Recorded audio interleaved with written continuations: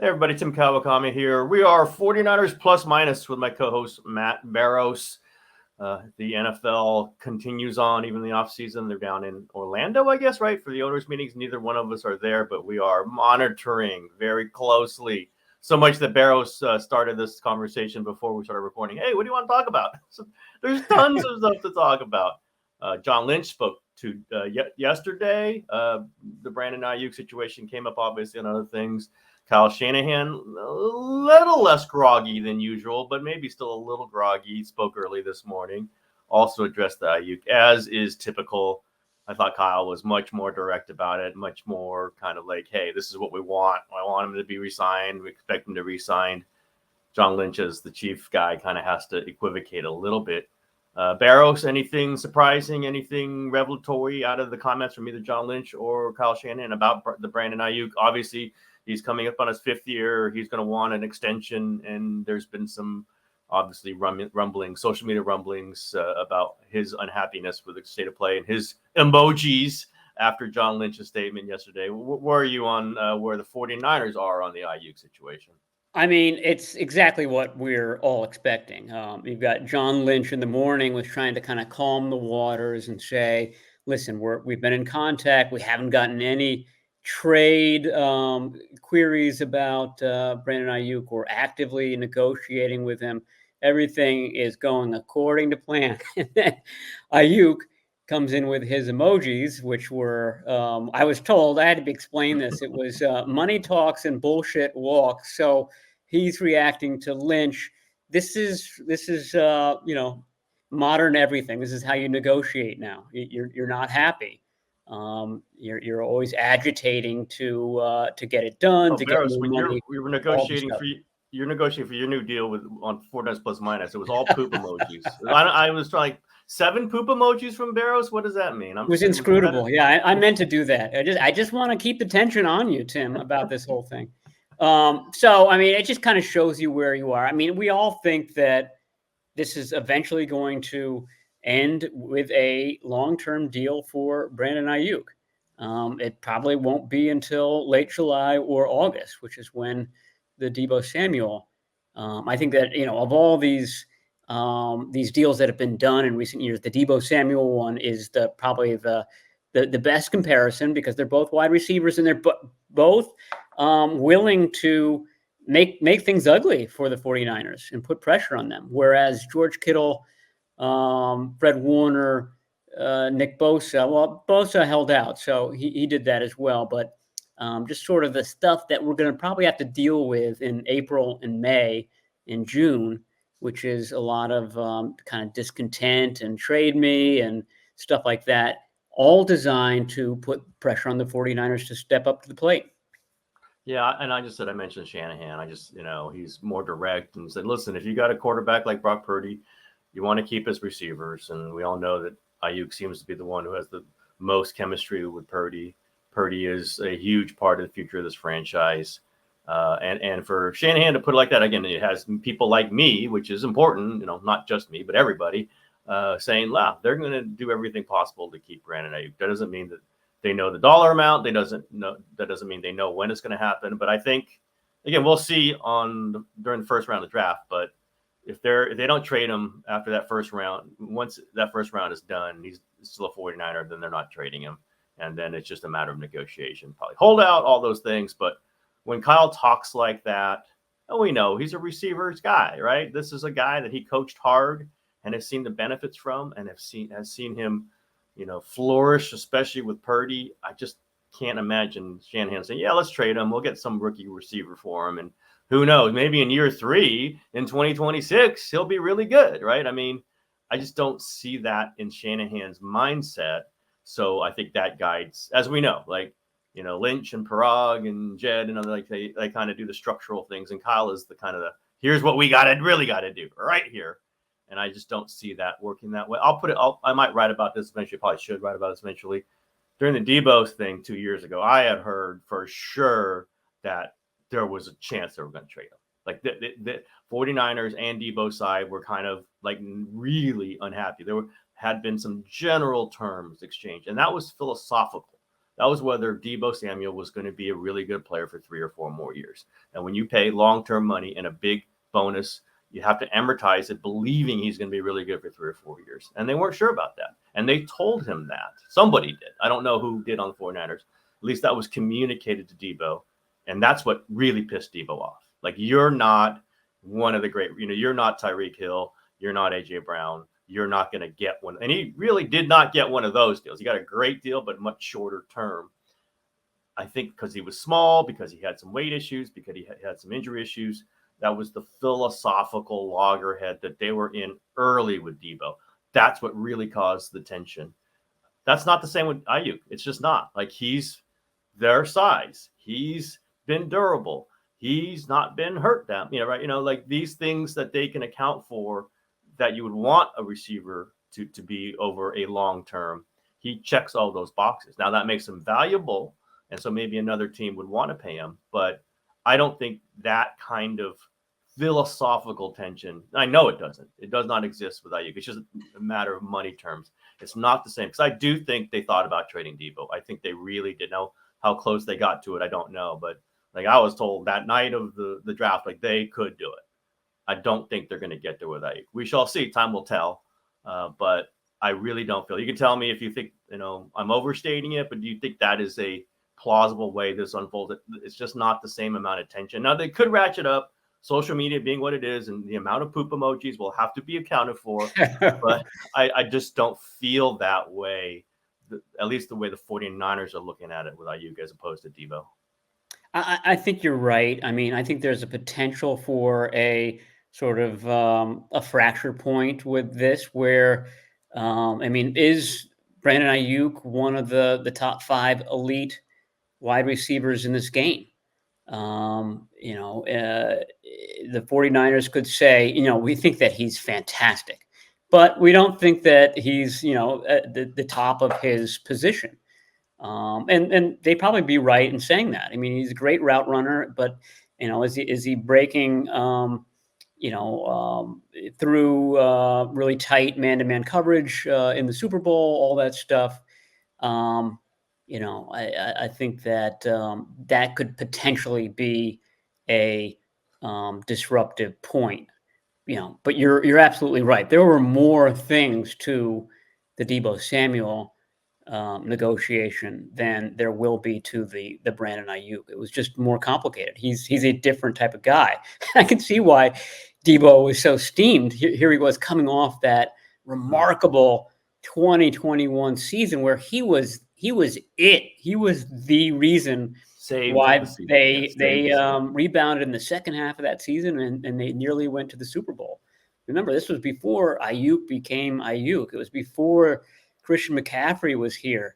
It might have been a year that George Kittle was hampered by injuries. Everything was pivoted on Deebo Samuel that year, and then they come and tell him, we don't think that you're going to be good long term. That he's justified in getting a little bit ticked off for that. But yeah, I agree with you largely that I just don't see the time bomb, the explosiveness that the Aiyuk negotiation could bring versus what the Deebo situation did. Here's another thing. That sort of happened with Deebo. There just wasn't an offer out there that was valuable enough for the 49ers to do it, right? That his value to them exceeded, flipping 1 and 2 with the Jets is what the Jets, they wanted to flip their first for the 49ers second. And might have come out to like the equivalent, like the 20th pick overall, what it was going to be. Aiyuk similarly isn't a breakaway receiver, right? He's not a guy who runs away from defenses. He is a great, possession, maybe intermediate, then, break a tackle, get that 45-yard thing, but he's not running down the sideline a 9 route and you just bomb it to him. Those are the Tyreek Hill got paid for that. A.J. Brown, not a super speedster, but he's a blockbuster, receiver. He just runs through people. Those tend to be the guys who get the huge deals that get traded for ones and high ones. And I've said this over again. Aiyuk's value to the 49ers, since they don't go deep that much, I'm sure they would like to, but they need that intermediate receiver much more than the deep thing, is more than I think another team will trade for them. I don't know that some team's going to trade a top 14 pick for him, because you could draft somebody and not have to pay him. And I don't think he's getting 20. And again, this might be aggregated and sent to Aiyuk, and I'll get 144 poop emojis sent to me directly. I don't know. But I don't think he's not getting Tyreek Hill money. He's not. He's not getting, AJ Brown money. That's just not there for him, because he's not that kind of receiver. I think he's incredibly valuable. I've written it. I think he's so valuable to Purdy, but I don't think another team's going to say, let's give up the a top 15 pick, and we know we have to turn around and pay him $24 million a year. I don't see it. That doesn't mean he's not incredibly valuable. It just means in this marketplace, I don't see that the things lining up that would get the 49ers to trade him and him to get that $24 million. Because once you trade a first round pick for him, you have to pay him, right? You have to. Every one of these trades has been accompanied by a large deal. So there you go. There's my take on Aiyuk. I figured Shanahan would be more direct about it. Felt like it. Now we see if they get through April and he's still on the roster. If they're through April and he's still on the roster, this thing at some point will come to a head, and he will be signed, or he will be holding out deep into the season. I don't foresee that happening. All right. Anything else from Shanahan and Lynch that struck you? Well, just on that note, I do remember Debo coming in and being present for some of those spring practices in May. So that'll be if we get through the draft, that'll be the next thing to see whether Aiyuk is skipping those altogether or whether he's there, because that sort of was a signal early on that, okay, Debo is in the building. He's hanging around his teammates. This is going to get done at some point. So we'll watch out for that. The other thing to watch out for this next month is which 49ers are the 49ers looking at. There already been reports of them, at least scheduling visits from a lot of guys in the second and third rounds. Malachi Corley from Western Kentucky, Jerry Rice's son, both of those guys are due in. That wasn't happening 2 years ago during that period where the 49ers were negotiating with Debo. And so you could sort of draw a line and say, oh, okay, the 49ers are looking at wide receivers. They are thinking about moving Brandon Aiyuk. I think it's more related to what happens next year, and maybe parting ways with Deebo Samuel, that they might bring in a second round or a third round receiver this year who takes over that role in 2025. This guy, Malachi Corley, I just mentioned, is, he gets all sorts of Debo comparisons. He's the yards after catch guy. He's a bull in a china shop when he gets the ball in his hand. So, if the 49ers drafted him, I mean, the questions immediately would be, okay, what does this mean? I don't think, not for Brandon Aiyuk, but for Deebo Samuel in 2025. Yeah, I just can't see them. We know Super Bowl or bust, Super Bowl or bust. This team is beyond desperate to win a Super Bowl. And then to flip out Aiyuk for a second round receiver and say, okay, we're just as good. In fact, we're even better. Now we're going to beat the Chiefs with a second round pick as our number one or number two receiver. I can't see Kyle Shanahan doing that. I mean, I could understand some of the deeper logic of it, but I couldn't see it. Can you imagine if they trade Aiyuk for a second round pick? Now, listen, some guys have gone for less than I thought they were going to go for. The cornerback going from Kansas City to the Titans, I figured that guy was worth a first pick for sure. And he goes for what, a third? Like a third and a fifth, whatever that was. But we'll see. I just think the way this franchise is thinking, if they take a receiver in the second round or even a third round, it's going to be eventually to replace Debo, I would say, if possible. Or dare they dream to replace Danny Gray, if that's possible? Can you get one? Can you get one reception out of him in 2 years? Yeah, how are you going to make up those 7 yards that he accounted for in 2022? I mean, well, let's add the league thing. They made this dramatic vote to change kickoffs, drastically change kickoffs, where you cannot kick it out of the end zone anymore, or you can. It's going to the 40, I think, or at least 30. The 30. 30. Okay. No, I think the 35, I thought. Whatever. They moved it back to the 30. They amended that. Yeah. So certainly strongly encouraging the ball to go in, pop it up from the 10 to the goal line. and you have to return those. You can't fair catch those anymore. But obviously, moving the lines very close to each other so you're not having these high-speed contact. 49ers were one of 3 teams that voted against this, Matt Barrows. I was a little surprised by that. I don't know if it was Jake Moody's great at these kickoffs. We need to maintain his value. I don't know what. I think you might know. Why did the 49ers vote against this? Well, I corresponded with Jed, and he's the one who voted. And I said, "Why did you vote against it?" And he said, "It's such a big change. I mean, this is one of the biggest changes that the NFL has had in a long time, that he thought that it just merited more research, and that he wanted to put it off until the October meeting. And then obviously it would be, a 2025 thing. But he just thought that it was too big of a change to the game, and warranted more research about possible injury repercussions, about competitive types of things. He said he wasn't against change and against this rule per se, but he just wanted more research done. He submitted an amendment that would have kind of put this off until this fall. But he had to have known that it was he was in the minority on this one. And everybody seems to think that this is going to be great for the game. I think it's something like only a little over 20% of all kickoffs were returned this past season. And it's also a play where a lot of people get injured. So you have this weird thing. It's like, it's almost a throwaway play, and yet guys are still getting injured. The idea with this new rule is that you address both of those things. You don't have these long spaces to build up speed anymore, and you're encouraging returns. So they want returns up, over 80%. They want 80% of these returns or these kickoffs to be returned. And so teams are going to have to adjust to that. And so it's interesting about what the composition of guys is going to be like. Usually you had a lot of DBs, safety types, cornerbacks on those kick return units. Your guy, Chris Conley, was on there. And I just wonder whether you got a shorter distance for those types of guys to cover, whether you're going to have bigger guys there now, whether you put some of your defensive linemen, whether you put some of your offensive linemen as part of the return unit. So I imagine that this helps the 49ers because they have a kicker who's good at placing the ball wherever he wants to.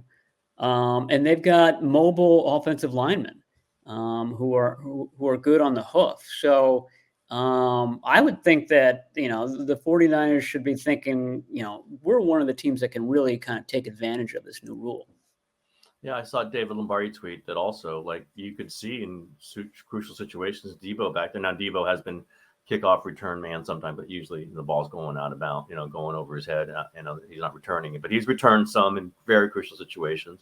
You might even see McCaffrey because it is kind of like an open field play with blocking. It's not just a wild open field play. It's like a power sweep from, 40 yards away.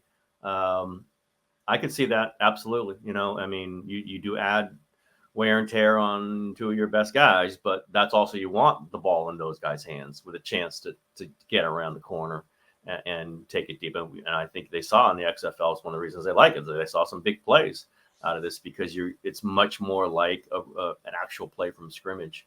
I think you're going to see a ton of linebackers. Like, wouldn't you just want linebackers on the field? Because you don't want to give up the edge, yet you want guys who can tackle. And I just think that's linebackers. So maybe a couple of linebackers, or, Jalen Graham is up instead of down on the 53, on the 47, whatever the hell, 46, whatever, how many guys they have on the active roster during games. Just because I think you're going to need that pursuit, because there's going to be some, we know how terrible the 49ers kickoff coverage was when the ball did go in. And like, they might need to beef that up with guys who can tackle and guys who can keep the edge. Because I think the edges are going to be really in danger. Like, you're going to have this group of guys kind of funnel to the middle, and then somebody's going to pop around the edge and just go. And there's not going to be a lot of second. Like, there's nobody who's laying back, right? Who's the safety in that? The kicker. I know. Like, this is going to be Moody. Very interesting. Jake, like Jake Moody, get your tackling shoulders on. I just think there's going to be some interesting combinations. And I don't think, again, I felt it during the Super Bowl because guess how many kickoff returns there were in the Super Bowl?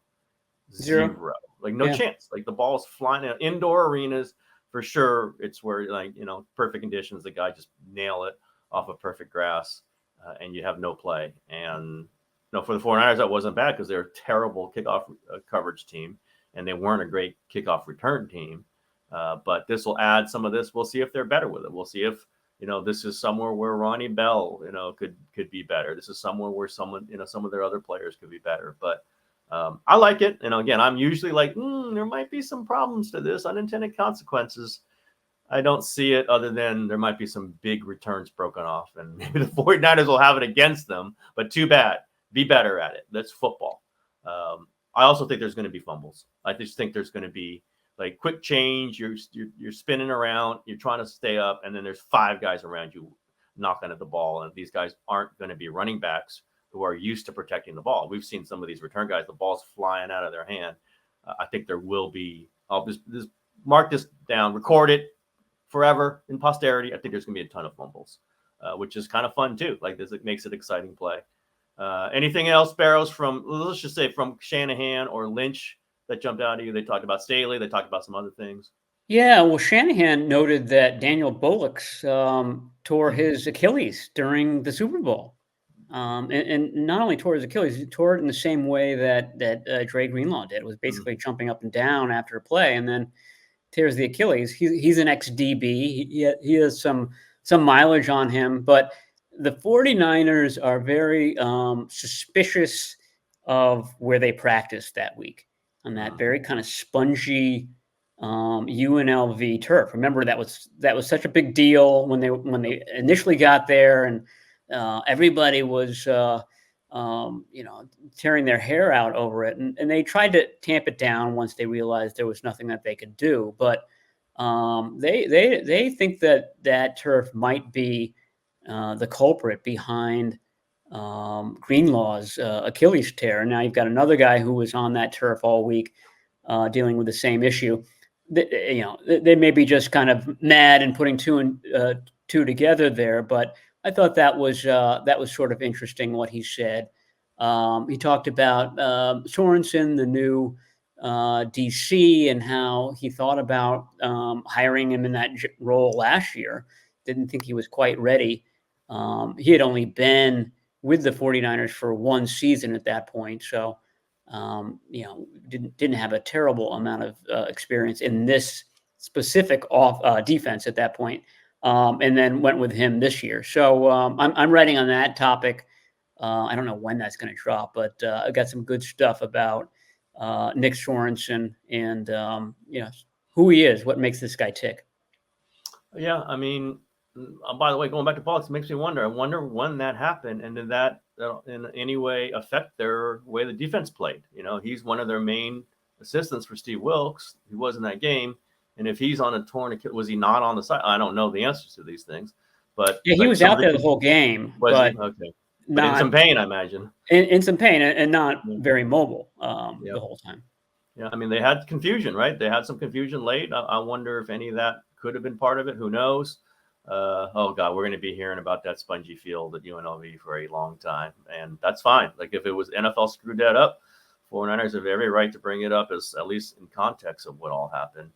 Sorensen, Staley. Where's the Super Bowl? Is it New Orleans this year? Sounds right. If they make it to New Orleans, they're going to send out like their own grounds crew like a month ahead of time. Make sure that Tulane stadium is perfect for them. No question about it. On Sorensen and Staley, I just listened. I didn't hear what Kyle said about Staley specifically. I did hear what John said about him. In any way, you think this might have been John? Kind of like, I think, John might have been the Kocurek guy, like go wide 9 a little bit because, Lynch is such a defensive personality. Maybe he has a little more input on defense. Do you think that Staley thing might have been a little bit from John Lynch? I mean, I'm sure Shanahan agreed with it, but he's such a Seattle 4-3. That's the system. I know Fangio is somebody that he likes a lot, but which is a different kind of system, which is Staley's system. But do you think Lynch maybe was encouraging the Brandon Staley, just kind of like new ideas, take a look at some things? Yeah, for sure. For that exact reason, sort of that Abraham Lincoln team of rivals idea, where you have a cabinet where you don't want a cabinet where everybody thinks exactly the same. You want a cabinet where you've got different ideas and then you challenge one another. But yeah, just getting a different set of eyes on things. I mean, the narrative coming out of the season is that Steve Wilks was just a bad fit for this defense. But in Wilks' defense, just playing exactly like the 49ers had in previous years wasn't working. Their whole idea was that we're just gonna do what we do best, and we're not going to make a lot of adjustments. What we do well, we do so well that we don't have to tweak it, and that wasn't the case. I mean, that's why he was calling zero blitzes and sort of oddball things, because the 49ers stock defense wasn't working. So I think that bringing in a Brandon Staley is designed to address that. What sorts of things can we do that aren't anathema to this defense, but can sort of help it? Because there were times last season that it was sputtering, for sure.